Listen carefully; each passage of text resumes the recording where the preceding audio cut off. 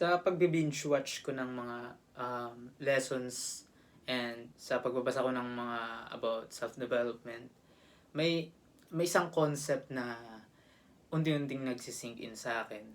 And yun is yung hindi porket nag-effort ka, makukuha mo yung result.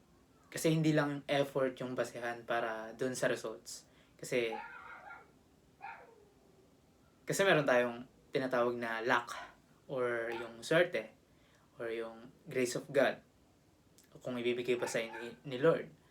And meron din tayong timing, opportunities, and iba, privilege din. So, syempre, kapag hindi ka nag-effort, syempre, hindi mo talaga makukuha. Kaya kailangan mo mag-effort talaga. Pero, it doesn't mean na makukuha mo agad basta nag-effort ka. Kumbaga, from 0%, yung probability, from 0%, once na tinataasan mo yung effort mo, tumataas din yung probability na makukuha mo yung result. Pero, hindi guarantee. Kasi may mga tao rin na super konti lang yung effort na binigay and then bigla silang sinuwerte. So, nakadepende talaga sa timing and yun nga, grace of God, kung ibibigay ba talaga sa'yo. Pero, hindi naman, porket hindi mo makuha agad yung result, parang wala nang silbi yung effort mo. Kasi, meron tayong nakukuha dun sa, throughout dun sa journey natin na hindi nakukuha ng mga nagkakaroon ng instant success. So, kapag nag-effort ka and, nag-fail ka ng maraming beses, pero pinili mo pa rin tumuloy ng tumuloy para habulin yung goals mo.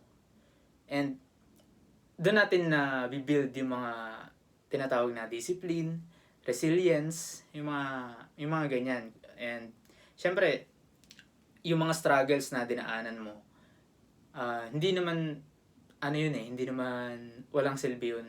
Like, parang sinusubok ka as tao and nag-i-improve ka.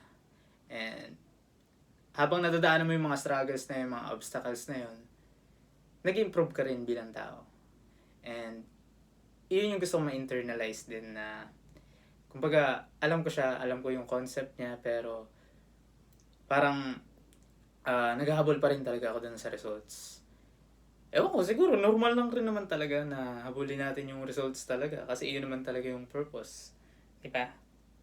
Pero kasi, meron silang sinasabi na wag daw i-obsess yung result. Dun ka daw sa journey. Pero, till now, hindi ko siya ma-internalize. Madaling sabihin kasi. Pero hindi ko siya ma-internalize. So,